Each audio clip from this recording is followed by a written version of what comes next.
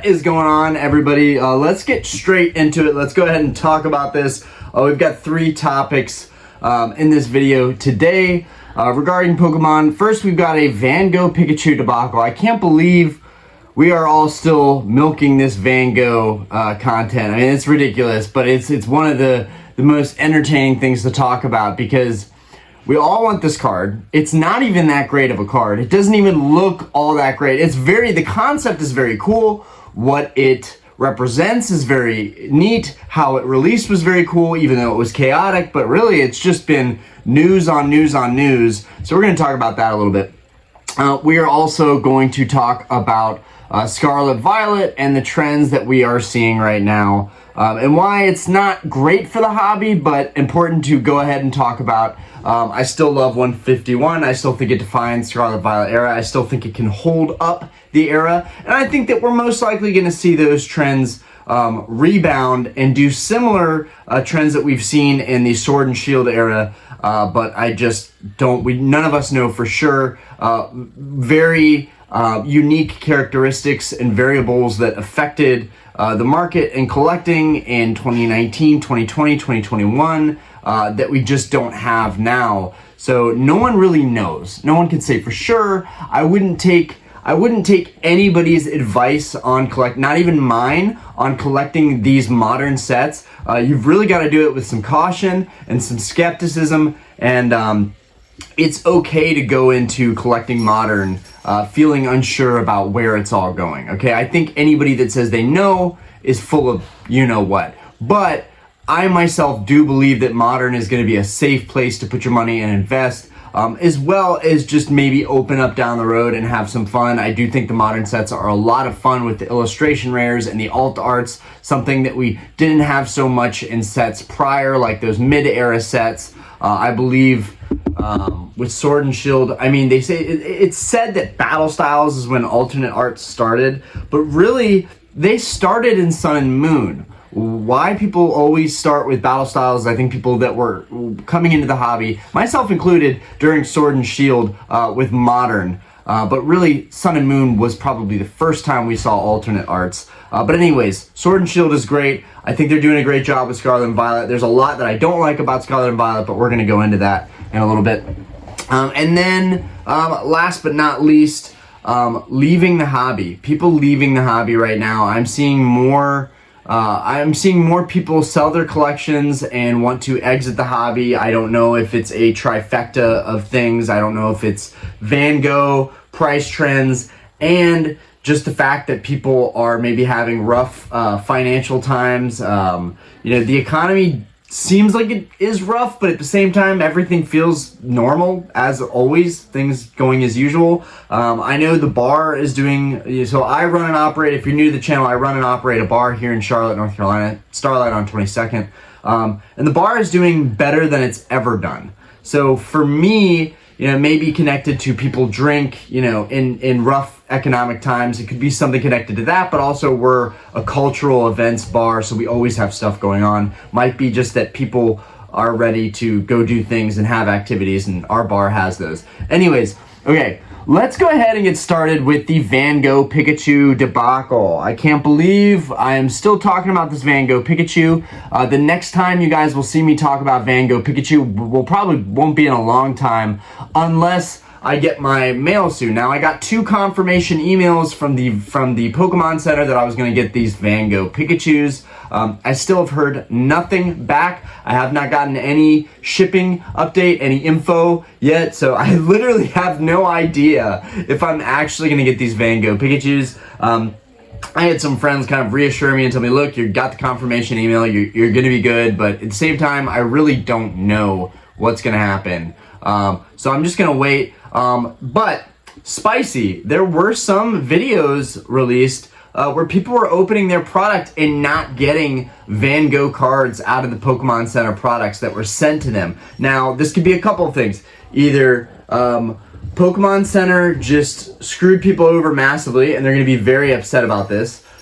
That could be the case. That would be the most dramatic thing to put out there, right? Like, that would be almost misinformation, I feel like, because I don't think that they would intend on frustrating collectors and customers. I don't think that that would be their intention at all. I do think that there was probably a more likely explanation, like a employee maybe took the cards out, then sent the products off. Not my problem. We shipped out the product, the tracking went through, they're gonna have to go through Pokemon Center to deal with this, so maybe they took the Gogh Pikachus because they know these Gogh Pikachus are fetching premiums online. All you have to do is look at eBay, look at those PSA 10 prices, and just have your eyes pop out of your head in absolute disbelief that people are still paying hundreds of dollars for a PSA 10 Gogh Pikachu. It is ridiculous. But anyways, it could be something due to that. Maybe the facility maybe they made an error. Maybe they made an issue. They forgot to put these cards in the boxes. You know, there are a multitude of things going on, but the internet is already going crazy, throwing all of these things out there, all of these explanations that really, I don't think people can actually say what has happened here. I think that it's just a weird phenomenon. Even if it's happening to multiple people, I think more likely than not there has to be an explanation for this, and we should hear it from the Pokemon Center, from Pokemon Company themselves. I know if this happens to me, we will be able to catch it on camera because I will be opening those Pokemon Center packages on camera to reveal my Gogh cards, which I still don't know if I'm getting the Pikachu Gogh. We may even look back and be like, wow, people that paid anywhere from $70 to $100, like, you guys are actually winners because no one ended up being able to get this product. Maybe I was completely wrong about everything, but I, from the jump, have said they are going to restock this. There's no reason for them not to give out these free cards. They are worthless to the Pokemon Company. They are worthless to the Pokemon Company. So I don't know why there would be some mix-up with them not purposefully not sending out the cards. But there have been people saying that they're not getting their cards, video footage of it. All you have to do is, you know, check YouTube. I did not get my Gogh Pikachu card, and you will see videos pop up of that. But anyways, back to my point that, you know, I could be wrong about this. This card could be way more sought after and rare because the demand is just astounding for this card than I previously, hypothesized. But I still think that there's just a mix-up going on. They will probably work with customers to send those cards out if they have, especially if they have video footage where they're not getting that card. There's like no reason why they would not work with people. I can't imagine that the service is that bad that they're gonna risk destroying generations of fans, and that might have something to do with people wanting to exit the hobby. There's just a toxicity in the hobby right now. It just seems like people are way more bearish than they are bullish. And while we still have the typical YouTubers and videos where people are like, this stuff is straight to the moon, I personally would like to start talking about the Sword and Shield products, but I also am starting to think, maybe I can just talk about the hobby in general and not these specific products. Because when you're talking about specific products, you may end up misleading someone into paying top dollar, top market price on a product that might be worth half that next year. So, for a while, I really wanted to push and promote stuff that I bought in. Maybe I will still talk about videos of stuff that I've bought just because it'll be entertaining. I still can't get to that section of my garage where I have a lot of random sealed product, so I need to clean out my garage so I can actually do an update video on, like, this is what I bought 2 years ago. Anyways, moving forward from the Gogh Pikachu debacle, because there's not much to say there other than either Pokemon Company screwed up or there's some shenanigans going on over there. But pretty upsetting to see that. People are buying product that they don't even really want, don't even care to open, and they're not even getting the one card that they're going after. Pretty upsetting to see that, and I could see that having really major repercussions in the hobby as a whole if people feel like there's any kind of wrongdoing taking place or going on. Okay, but moving forward, the next thing we're going to talk about is the Scarlet and Violet trends, the Scarlet and Violet health, the overall health of that set, and is it doing well? Okay, so Scarlet Violet base, not doing so hot. Scarlet Violet Paldea Evolved, not doing so well, doing a little bit better than base, but still not doing so hot. Obsidian Flames, actually doing okay, and I think that that's mainly because of the Charizard cards. Those Charizard cards can still fetch a premium if they are graded really high, and it's pretty easy to pull those Charizard cards out of that set. At least in my experience from different friends that I have sent me photos of what their pulls were opening certain products. Seems like everyone pulled some form of Charizards from Obsidian Flames, which that really helps save that set, and I think that keeps that set in a safe space. Whereas Darkness Ablaze really didn't have as many cards that were worth, I think, the $20-$30 range. It may have. You had the Charizard in there.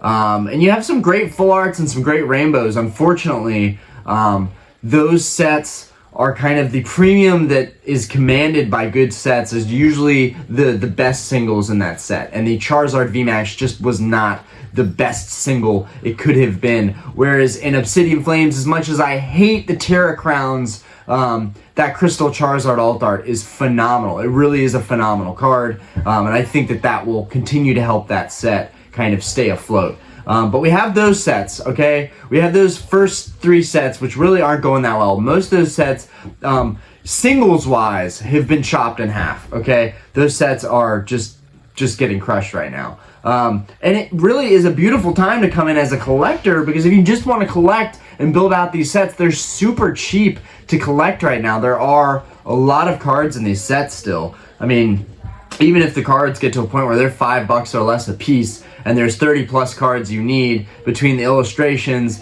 and the alternate art, SIRs, whatever we're calling them, between all that, you're still going to spend like $150, $200. And that's the other thing, is that just Pokemon is not cheap. It's not cheap. It's getting more expensive. And even with these cards trending low in price, that just goes to show you what the market is really willing to pay for this stuff. This just goes to show you that people had a really good time with Sword and Shield, little burnt out, really tough pull rates, but then we go into Scarlet Violet, pull rates, you get a holo in every pack, but the pull rates are great, but nothing is really worth anything. And on top of that, people don't want to pay these prices because we've already had this massive boom of collecting, and I think people invested the most time and money into collecting Sword and Shield. So Scarlet and Violet, you're like hanging on. That's at least how it feels for me. It feels like, and I am by no means going anywhere, but it does feel like with Scarlet and Violet, it felt like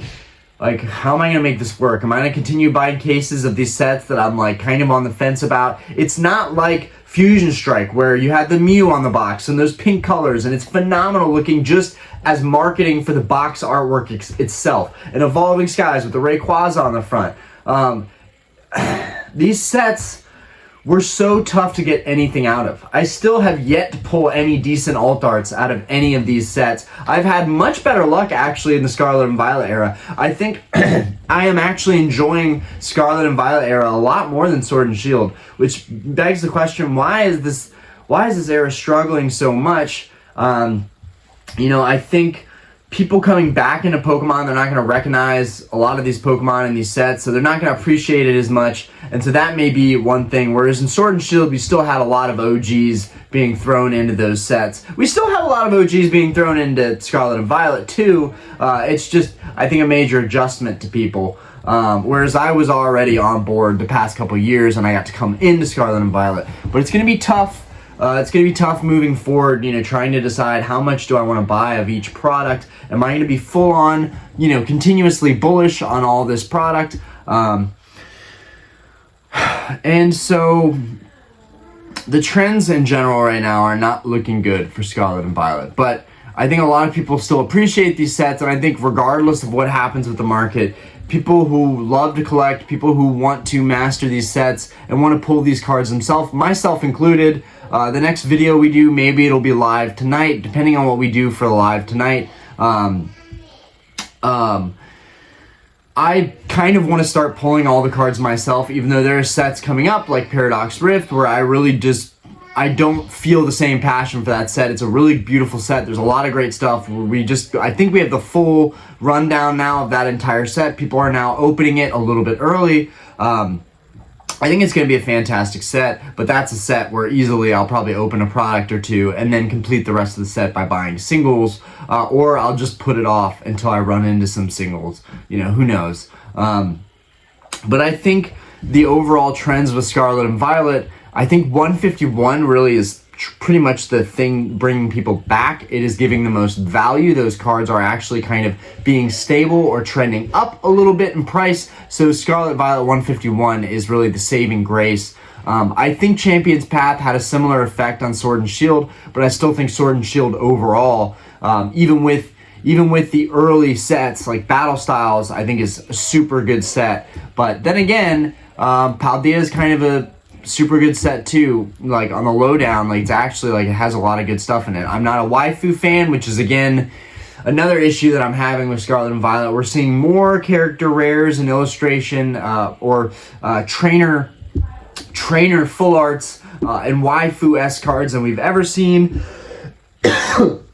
Or maybe I'm just noticing them more than I've ever noticed them.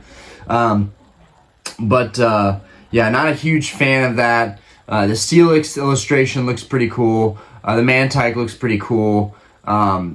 There's a beautiful Altaria kind of alt art that looks fantastic.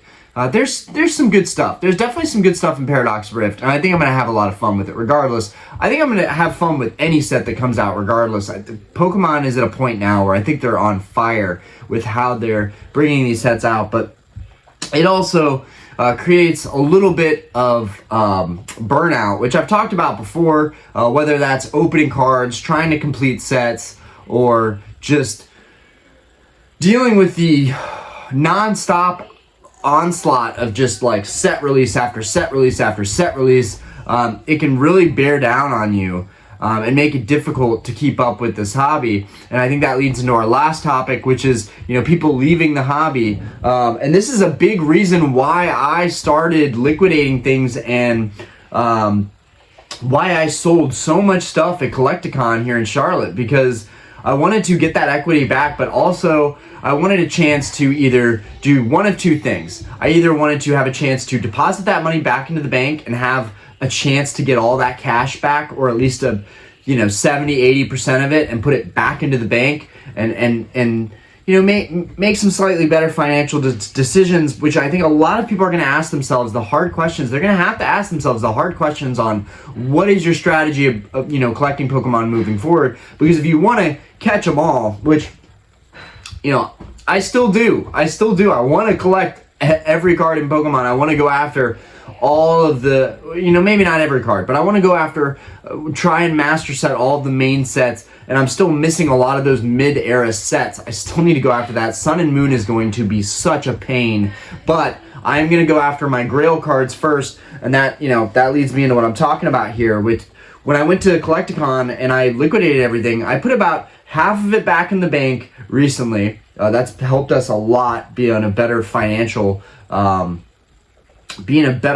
position. And then I also decided, you know, I still believe in this hobby and I still want to put money back into this hobby, but I want to do it with safer investments and with cards that I really, really have wanted for a long time, but just felt like I couldn't afford them or didn't have the means. And that led me into my Crystal journey, into my Gold Star journey. That led me collecting cards that are much harder to get your hands on and arguably a much higher risk. Even though they're lower population and whatnot, the market can shift at any moment. The economy can change at any moment. We never fully know what's going to happen. So that was still a risk buying into those cards, but I definitely went kind of half and half. I put, you know, half in the bank and then pretty much half back into these Gold Star cards and trying to collect most, if not all, of the Gold Stars eventually. And why is that important?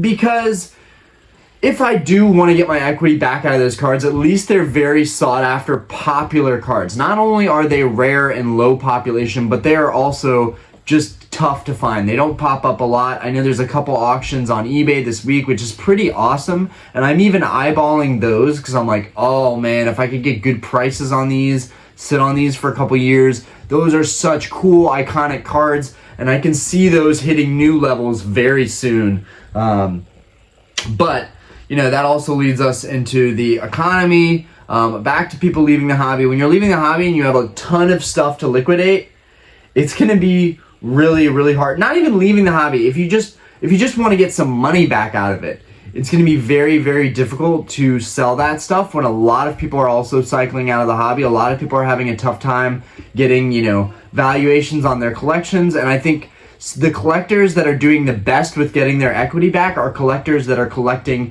some of that higher end stuff. Or if they are the ones that have the money available and aren't in tough financial situations, they can buy. Like, I've got some friends here that have bought insane collections, and then they pretty much doubled their money on those collections.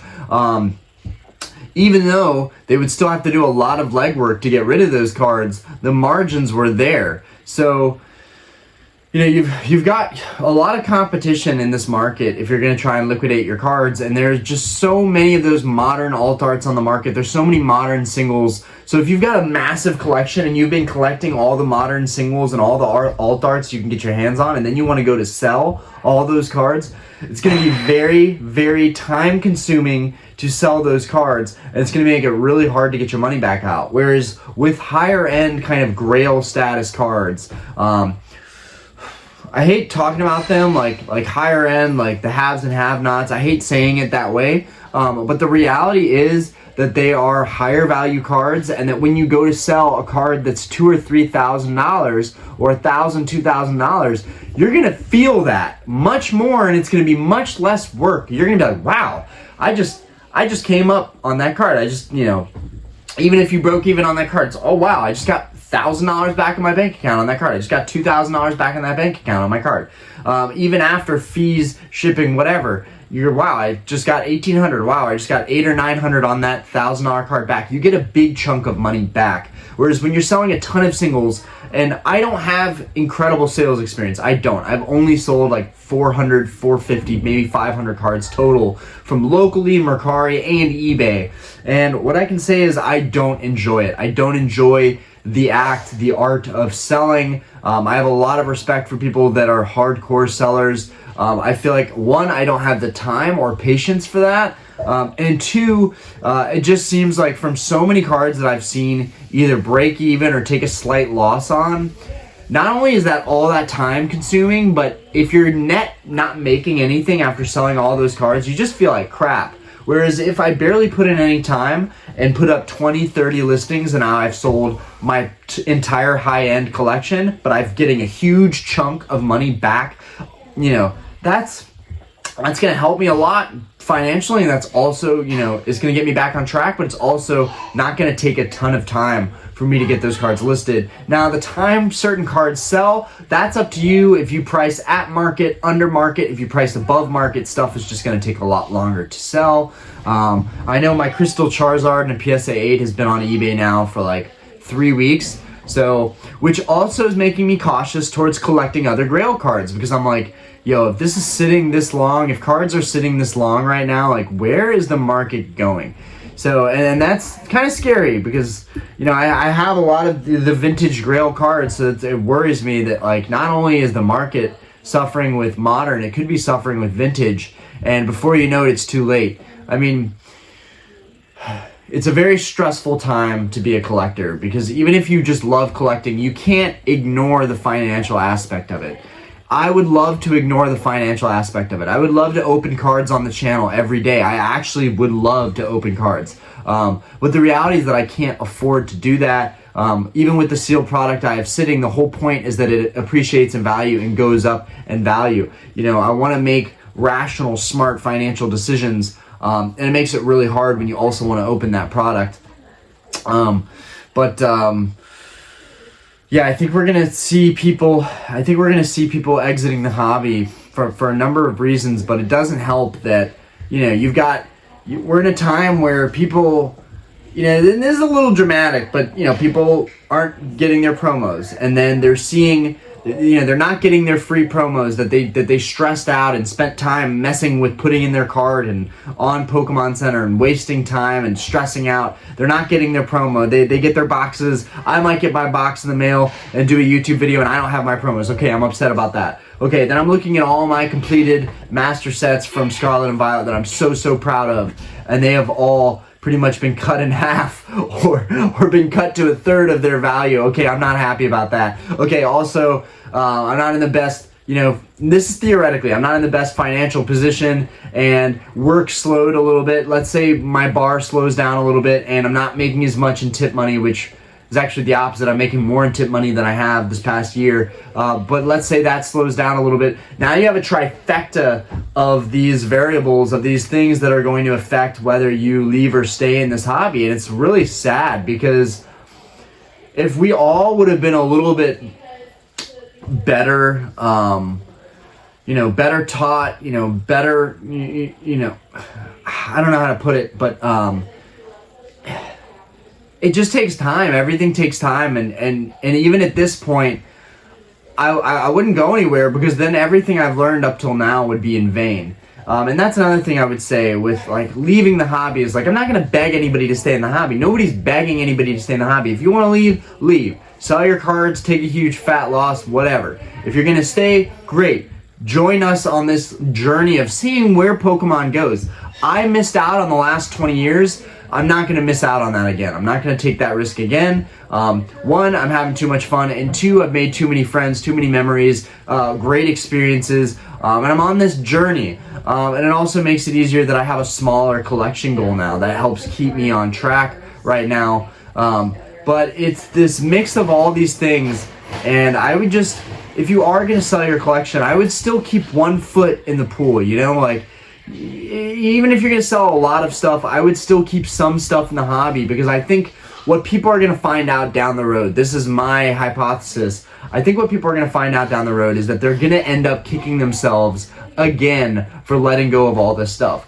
Of course this stuff is everywhere. Of course it's dropping in value. There's tons of product. People are opening product. People are streaming more than they ever have. People are doing YouTube more than they ever have. So of course stuff is going to be down. This market's going to be down. Sword and Shield wasn't going crazy immediately. That took some time, okay? Chilling Reign, Fusion Strike, anybody that invested in those sets that were garbage, arguably to a lot of the community, those sets are now seen as gold. They do have some amazing alternate arts. The Blaziken is one of my favorites. That's from Chilling Reign. But anyways, guys, I think we're going to see down the road all this sealed stuff going up in value, and I honestly do think it's a slam dunk still. I think it's going to be a no-brainer. I do think history repeats itself. I think despite not having the same variables, this franchise has become much more concrete. It has a really good foundation now with the introduction of alt arts, and more people coming back into the hobby these last couple of years. And then with 151 this year, I think that was another good catalyst to get people that have been out of the hobby a long time coming back.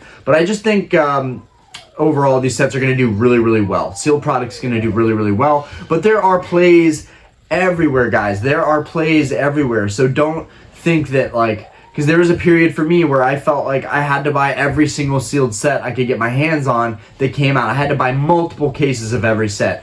And while I still think that that's probably going to be a really smart move, I do have 5 cases of Sword and Shield, Scarlet Violet base. That's the set that I'm banking on big time. I'm a huge fan of base. Base set is actually the set that's hurting the most. So that one, definitely I can relate to that pain of seeing something just getting trashed in value. But I also think that that's the first set that's going to get trashed in value, because it's the first set that released. I also think it's the first set that's going to see some appreciation, other than maybe 151. We're going to have those outlier sets that are going to just do phenomenally well right off the jump. And I think 151, in terms of sealed product, is the evolving skies of Scarlet and Violet. Yeah, I think it's just, you're going to see history repeat itself, and it's really a lot simpler than people make it seem. Just stay in the hobby, because you're going to learn so much stuff by being in this hobby, and you're going to make better and better, more informed, evolved decisions. I don't collect anything like I collected a year or two ago, right? Aside from, the YouTube kind of taking off and that allowing me to have a little bit more fun with the channel and do more openings and spend more money opening product, things are still the same. I still need to be rational. I still want to know that I made good decisions regardless of where the channel goes. I want to know that, like, maybe I could have done better here. Maybe instead of buying modern sealed product, I could have bought a couple gold stars that went in auction and then sold those for 10-20% gains, you know, the next week or 2 weeks. You know, there are plays to go out there, and maybe I'll get back into the selling side of things and try again to do it in a more refined way. But for now, I'm just gonna stick to opening sets, buying the cards that I really want,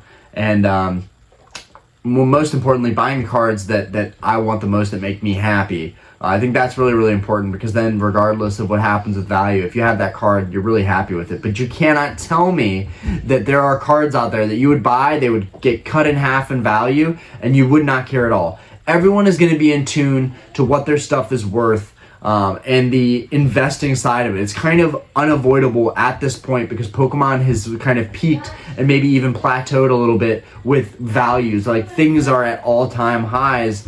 You know, there are certain cards. First edition Charizard, that card has come way down from its all-time high, right? That was a $30,000 card in a PSA 9 for a first edition base set Charizard. You can get those for around 15 grand or less right now. So, like, that card literally got chopped in value. So people that bought into the hype a year or two ago and paid $30,000 for a PSA 9 first edition Charizard, those people are really suffering from where the market has moved. So there's a very real part of the market that is just resentful and has a bad taste left in their mouth from what has happened with Pokemon in the last couple of years. And, you know, with Scarlet and Violet prices and with the Van Gogh thing, with people kind of gradually leaving the hobby, you know, it's the perfect trifecta of things that will just leave people uninterested and say, you know what, I'm done with Pokemon.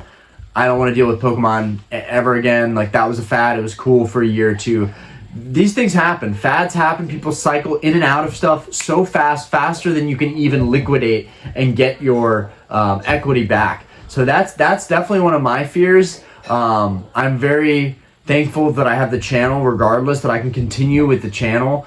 Even if I did sell off a big portion of my collection, I could still continue with the channel and talk about kind of the news and things that are happening in the market, and give little updates here and there, like this Van Gogh debacle. But anyways, guys, as I look at my nearly empty briefcase that, you know, has a handful of slabs in there, I feel pretty secure in how I'm collecting now. And I would definitely, if you're on the fence about where your collection is and you're even the slightest bit thinking about just getting out of the hobby, I would take a second to think about, well, maybe I should just change my collection and move it into higher value cards that will, you know, ride out a storm, like an economic turmoil, an economic collapse of some sort, some kind of recession. You know, maybe just the Pokemon market, and not the general market, but just the Pokemon market going downwards. In my opinion, I'm not pressed right now to buy any of the alt arts right now. I'm not pressed to buy anything modern right now. The main stuff that I want is like the vintage stuff.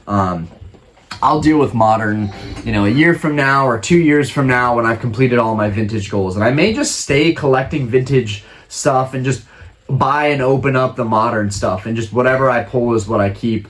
I don't know. Everyone has their own strategy. But anyways, peace out, guys. I hope you enjoyed this video. I hope it was somewhat informative, and I appreciate you guys watching and supporting the channel. Let me know what you think about this Van Gogh deal. Do you think that, like, Pokemon purposefully is trying to pull one over on people, or if there were just mistakes made? Let me know what you think about the Scarlet and Violet prices. Do you think that that's just history is gonna repeat itself and those are gonna take off, you know, probably in a year, maybe 2 years, maybe once those sets are finally out of print and Pokemon will stop printing them? And then lastly, you know, have you thought about leaving the hobby? And hopefully, if you have thought about leaving the hobby and you're watching this video, did you find it somewhat helpful, and maybe you're reconsidering, you know, maybe I should just change what my collection is and move it into something that's a little safer.